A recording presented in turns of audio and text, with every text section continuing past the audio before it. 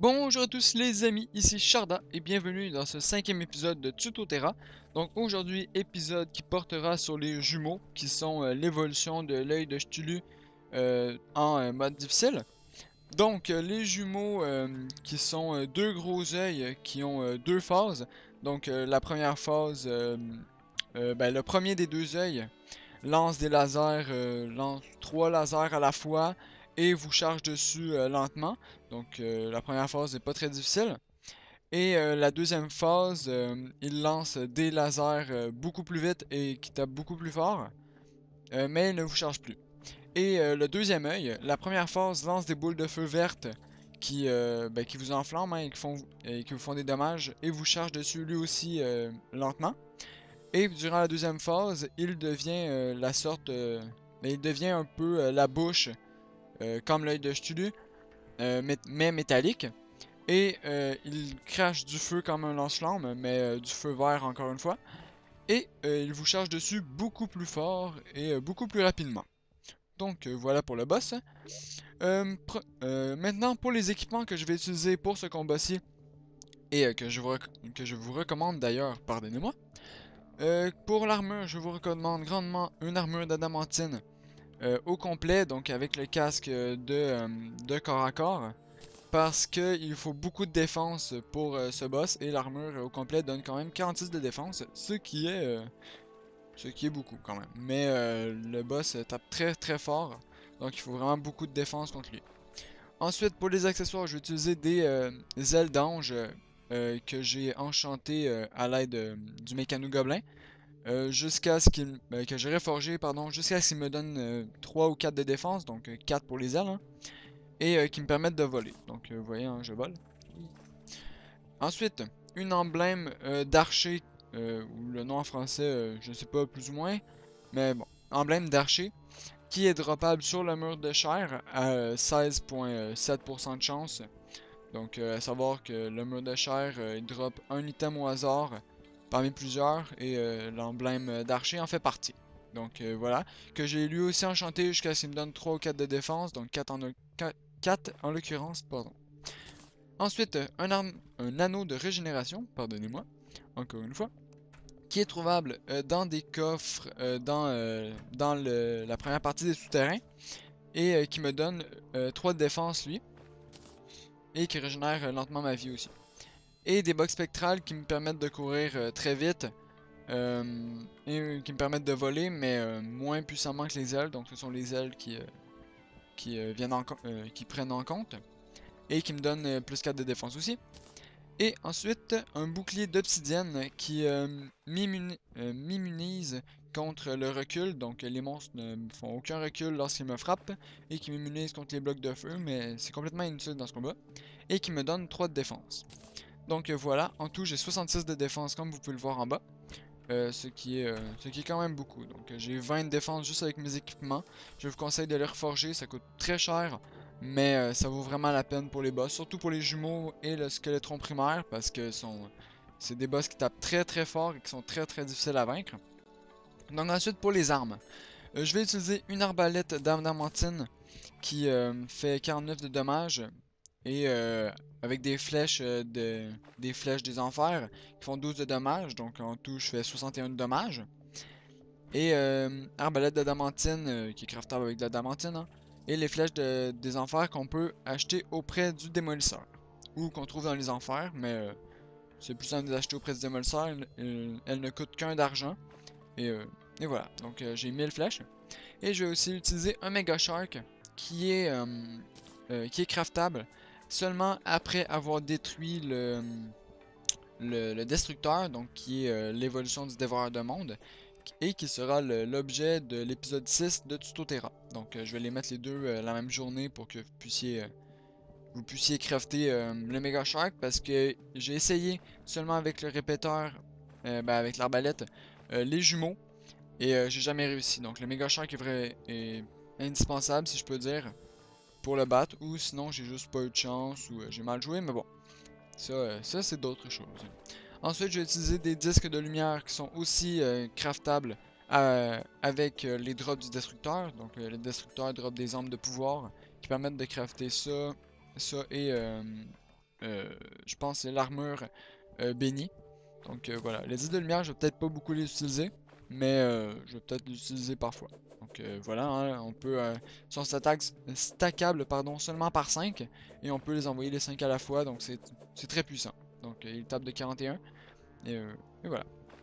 Aussi pour le Mega Shark, je vais utiliser des Cursed Bullets, ou des, des balles qu'on peut crafter avec des balles de mousquet, et des flammes corrompues, je crois. Des flammes vertes qu'on drop contre certains monstres de la corruption. Donc, qui font 14 de dégâts. Donc, voilà. Et aussi, qui peuvent enflammer les ennemis. Donc, leur faire perdre peu de vie, mais sur une durée pendant environ peut-être 5 secondes.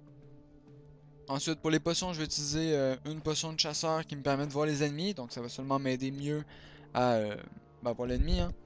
Je vais commencer à avancer un peu parce que j'aimerais pas manquer la nuit. Savoir que le boss, on peut l'invoquer seulement la nuit et que et voilà, hein, donc on peut l'invoquer seulement la nuit, donc au matin il s'en va. Et, euh, et voilà. Ensuite, je vais utiliser des potions qui me permettent de marcher sur l'eau parce que le boss, je vais juste prendre mes juste pour m'aider à y aller, hein, c'est pas important pour le boss. Qui permet de marcher sur l'eau parce que je vais le vaincre sur l'océan. Donc l'océan c'est la meilleure place j'ai trouvé pour pouvoir vaincre des boss parce qu'on peut attaquer à 360 degrés autour de nous. Donc en haut, en bas, à gauche, à droite. Contrairement à une plateforme sur laquelle on peut pas attaquer en bas. Donc voilà.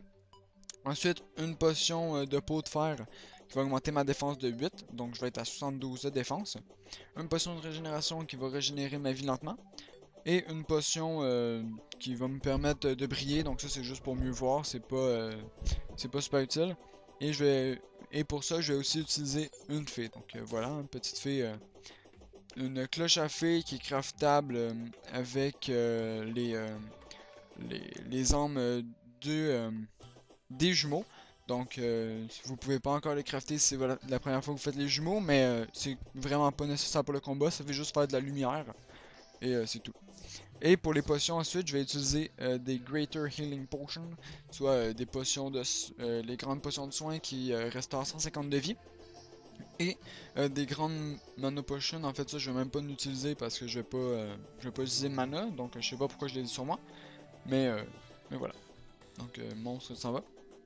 Et je vais couper le temps de me rendre... Ah non, faut pas que... À savoir que si... j'aimerais pas manquer le début de la nuit, même si je vais sûrement déjà le manquer. Parce que... Parce que voilà. En fait, et aussi en fait les disques de lumière vont me servir surtout à tuer les ennemis autour. Parce que avant que je lance le combat, il y a tout le temps des ennemis. Et voilà. Et je viens de me rendre compte de quelque chose. Euh, j'ai même pas de quoi crafter le boss. Donc pour crafter le boss, il vous faut 5 barres, 5 barres de cuivre, 5 barres de fer, que voilà, hein. Je vais le crafter, je le fais devant vous. Il vous faut, non c'est pas ça, il vous faut 3 lentilles et 7 armes de lumière, donc 7. Donc 7 armes de lumière qui sont droppables sur les monstres, sur n'importe quel monstre dans la purification souterraine. Et donc ça fait un œil mécanique que je fais, que je prends immédiatement. Et, et voilà, il vous faut aussi une enclume de mithril pour le crafter. Donc en général, je pense pas que vous allez, je ne pense pas que vous allez aller vaincre un boss si vous n'avez pas encore d'enclume de mithril parce qu'il faut une enclume de mithril, pardon, pour faire pour faire les armures d'adamantine, les armures d'adamantine, mais on ne sait jamais. Donc voilà, hein, c'était apprécié, j'avais complètement oublié, pardonnez-moi. Donc, je vais me rendre sur le lieu du boss et je vais vous montrer le combat directement. Donc pendant que je me rends, le combat c'est simple, je vais le faire, j'essaie de l'attaquer en restant loin de lui. Et lorsque l'œil, je vais tuer l'œil qui crache des flammes en premier. Donc comme il y a deux œils, c'est mieux de pas les mettre dans leur deuxième phase les deux en même temps parce que les deux deviennent beaucoup plus puissants en deuxième phase. Donc je vais tuer celui qui crache des flammes en premier parce que je trouve qu'il est plus simple à... Ben, que c'est le plus facile à tuer au début parce qu'il vous charge dessus tout le temps puis il reste pas loin. Et, euh, et voilà. Et ensuite, je vais tuer l'autre. Et à savoir, quand il vous charge dessus, moi ce que je fais, c'est que je marche sur l'eau et je tire derrière moi. Donc je vais pas tirer des balles, mais je tire derrière moi, comme ça je le touche tout le temps. Et lui, il charge pas beaucoup à la fois. Donc ça me permet de courir et de le toucher très facilement lorsqu'il me charge dessus. Wow. Ok, je pensais que c'était une pièce d'or. Lorsqu'il me charge dessus. Donc voilà pour ma stratégie du boss. Ensuite pour les lasers, durant la première phase des lasers, je vais seulement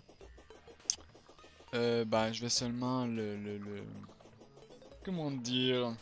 Ouais, l'attaquer, mais si si le premier œil est mort, le deuxième, je vais juste pas bouger, puis je vais l'attaquer, à savoir qu'il vise très très mal et que le 4/5e de ce laser, voire environ 90% des lasers qu'il lance vont atteindre à côté de vous. Donc c'est peut-être une stratégie pour faire comme oh, il va bouger par là, je vais attaquer par là. Mais si on bouge pas, il utilise cette stratégie quand même et ça fait que on n'a pas besoin de bouger pour la première phase.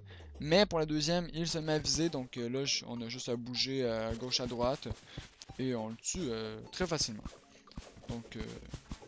Donc voilà, je vous reprends pour le combat et salut Vert. Et je vous reprends après le combat. Donc à tout de suite.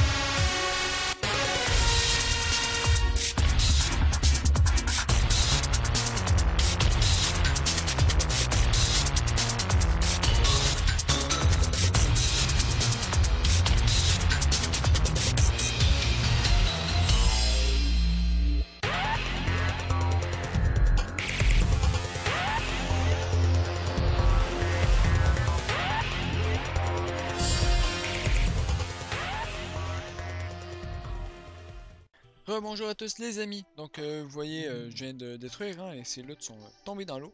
Le seul effet négatif que j'ai trouvé bah, au fait de se battre en dessous de l'eau. Hein.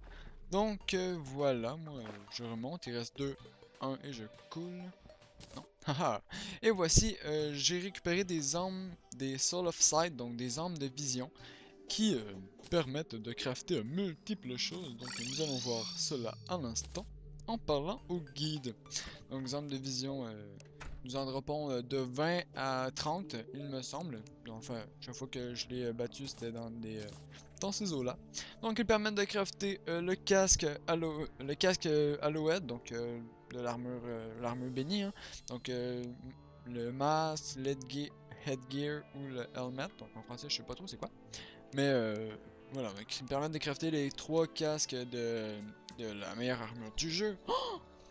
Ensuite, si on les combine avec les armes d'effroi et les armes de pouvoir du destructeur et du squeletron primaire, ils permettent de faire le Amdrax, qui est en fait un marteau, une hache et une pioche à la fois. Donc c'est le meilleur outil du jeu et ça combine les 3 outils en même temps. Donc à savoir que le Amdrax est aussi capable de détruire des, euh, des hôtels démoniaques. Donc voilà, il est aussi capable que le pont en main. Ensuite, ils permettent de crafter l'arbalète Hallowed, donc l'arbalète bénie, si on combine 20 avec les trois arbalètes, donc cobalt, mithril et adamantine. Ils permettent de fabriquer une harpe magique qui est très utile contre le destructeur et contre tout autre monstre, hein. Donc je vais aller vous montrer cela à l'instant. Elle n'est pas là, ma harpe. Je pense qu'elle est là. Non, pas du tout. Elle est. Donc, juste vous montrer un peu qu'est-ce que ça fait parce que c'est. Ah, voilà. C'est. Donc, ça lance des notes, mais chaque note rebondisse. Donc, si je les lance contre le mur, ça revient. Et chaque note dure 6 secondes. Et ça transperce les ennemis. Donc, ça frappe l'ennemi et ça continue. Donc, si on le lance petit. Ben, lentement, ça peut taper plusieurs fois un ennemi. Et à savoir que plus la souris est loin de nous dans l'écran, plus la note va vite. Donc vous voyez, hein, les notes vont de moins en moins vite. Et voilà. Donc je récupère mes armes. Ensuite, ça permet de faire la cloche. Donc, oups. La cloche donc de Fairy Bell, qui est ici, hein, qui invoque une petite fée de couleur indéfini, donc vert, bleu, il y a rose aussi, mais j'en pogne pas. Ah, voilà, rose. Donc c'est les 3 couleurs qu'on peut avoir de fée. Donc une petite fée qui nous suit et qui fait de la lumière. Donc un peu comme l'orbe de lumière, mais qui éclaire plus. Ensuite, finalement, on peut crafter un Rainbow Rod, qui est en fait un bâton arc-en-ciel très puissant, donc moi je n'ai pas, mais il fait 56 de dommages et il lance un missile contrôlable. Donc ça fait beaucoup de lumière, c'est très utile, ça a quand même pas mal de knockback, et c'est très utile pour les monstres à distance, donc ça lance un missile contrôlable, donc j'ai quelque chose. Je vais juste vous montrer un peu c'est quoi les missiles contrôlables. Je vais prendre ça. Ça c'est un arme qu'on trouve dans les donjons, hein, mais c'est pas super puissant. Et je vais à l'extérieur. Donc, vous voyez, si je fais juste un clic rapide, ça la lance dans la direction que j'ai cliqué. Mais si je maintiens le clic gauche, je peux la contrôler. Donc, lorsque je vais la lâcher, ça va aller dans la direction qu'elle va. Donc, si je la lâche comme ça, elle va continuer tout droit. Donc, voilà, le bâton arc-en-ciel, il fait un peu le même effet que ça, mais en beaucoup plus puissant, hein, parce que c'est quand même un bâton du hard mode. Et, euh, et c'est tout pour les armes. C'est tout pour les armes de vision et pour le boss. Donc, donc voilà, j'espère que ce tuto vous aura plu. Je vous dis à la prochaine dans un 6e épisode qui portera sur le destructeur. Et, euh, euh, et voilà, donc laissez un pouce bleu si vous avez aimé. Mettez en commentaire pour me dire ce que vous en pensez, ou s'il y a quelque chose que vous avez moins bien compris ou que j'ai pas expliqué, mettez-le en commentaire, hein, je vais me faire plaisir de vous répondre. Et mettez la vidéo en favori pour la retrouver plus facilement. Et abonnez-vous si ce n'est pas encore fait. Donc je vous dis à la prochaine, c'était Sharda pour ce 5e épisode de Tutoterra. Donc bonne continuation à tous et bonne chance avec vos propres jumeaux.